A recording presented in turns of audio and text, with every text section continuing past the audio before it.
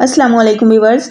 अगर आप भी करेले को कड़वा समझकर इससे अभी तक दोस्ती नहीं कर पाए तो आज की ये रेसिपी आपकी सोच ही बदल देगी, क्योंकि आज हम करेले को इतना लजीज बनाएंगे कि बच्चे भी इसे बार बार मांगेंगे।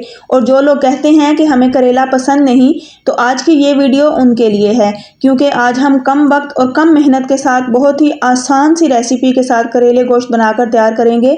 तो इतनी ज़बरदस्त रेसिपी के लिए अपना टाइम क्यों वेस्ट करें, चलें इसे बनाना शुरू करते हैं। बिस्मिल्लाहिर्रहमानिर्रहीम। तो यहाँ पर सबसे पहले मैंने हाफ़ केजी करेले लिए हैं। तो करेले को यहाँ पर फ्रेंड्स हमने कटिंग किस तरह करना है ये भी आप देख लें। सबसे पहले हमने इसकी हेड और टेल को रिमूव करना है। तो आज मैं करेले को बनाऊंगी बगैर छीले।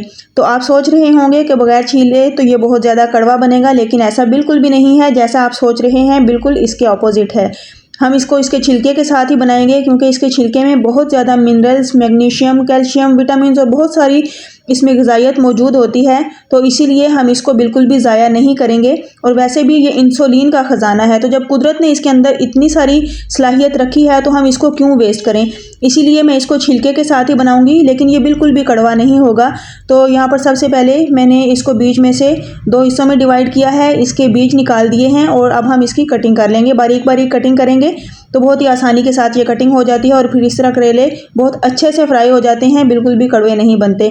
तो फ्रेंड्स आप चाहें तो यहाँ पर इसके बीज भी साथ रख सकते हैं। अगर इसके कच्चे बीज हों तो आप वो भी ऐड कर सकते हैं, लेकिन अगर बीज सख्त और पके हुए होंगे तो फिर आपने उसको निकाल देना है, क्योंकि फिर आगे चलकर वो डिस्टर्बेंस करते हैं। तो यहाँ पर सबसे पहले मैंने 2 चम्मच कुकिंग ऑयल लिया है। ऑयल को गर्म करने के बाद अब मैंने इसमें तमाम करेले डाल दिए हैं। तो फ्रेंड्स करेलों को मैंने पहले वॉश नहीं किया था, मैंने इनको कटिंग करने के बाद ही अच्छे से वॉश किया है। तो अब यहाँ पर फ्रेंड्स हमने करेले को फ्राई करना है।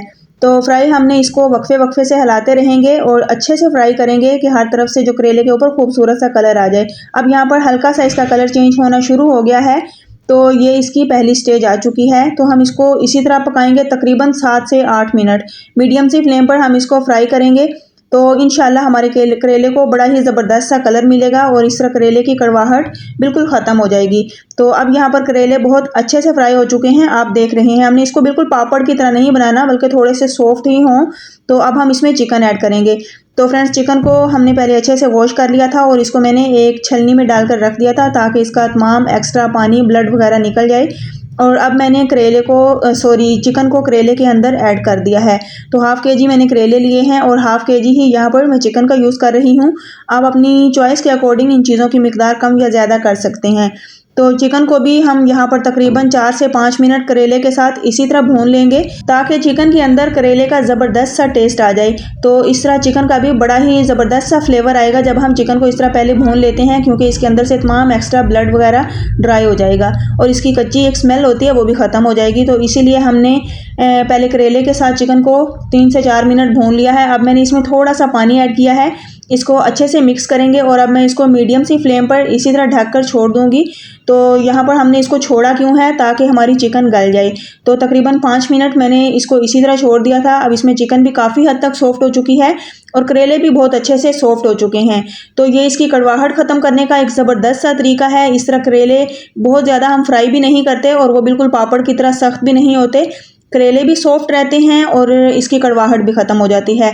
अब यहाँ पर इसके अंदर मैंने मसाला जात ऐड किए हैं, जिनमें तकरीबन आधे से पौना चम्मच मैंने इसमें नमक डाल दिया है, आधा चम्मच कुटी हुई लाल मिर्च, 1 टीस्पून हल्दी, 1 चम्मच भरकर मैंने इसमें पिसी हुई लाल मिर्च ऐड की है और मोटा कूटा हुआ खुश्क धनिया ऐड किया है, ये भी तकरीबन आधा चम्मच ही।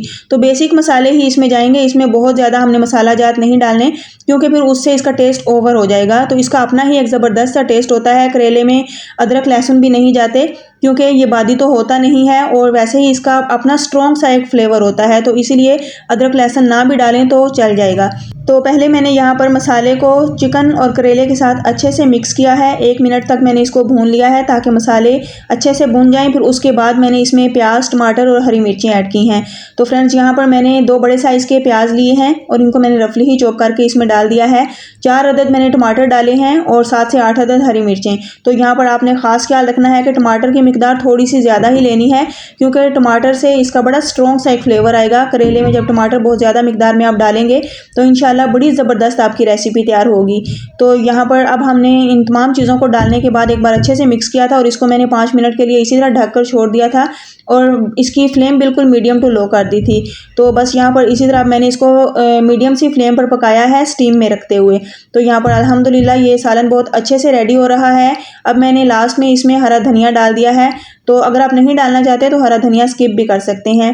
हरा धनिया डालने के बाद भी इसको मिक्स करेंगे और फिर इसी तरह ढककर हम इसको छोड़ देंगे जब तक कि ये तमाम मसाला जात अच्छे से इसके अंदर मिक्स हो जाएं और ज़बरदस्त सा फ्लेवर खुशबू आपस में वेल बैलेंस्ड हो जाएं।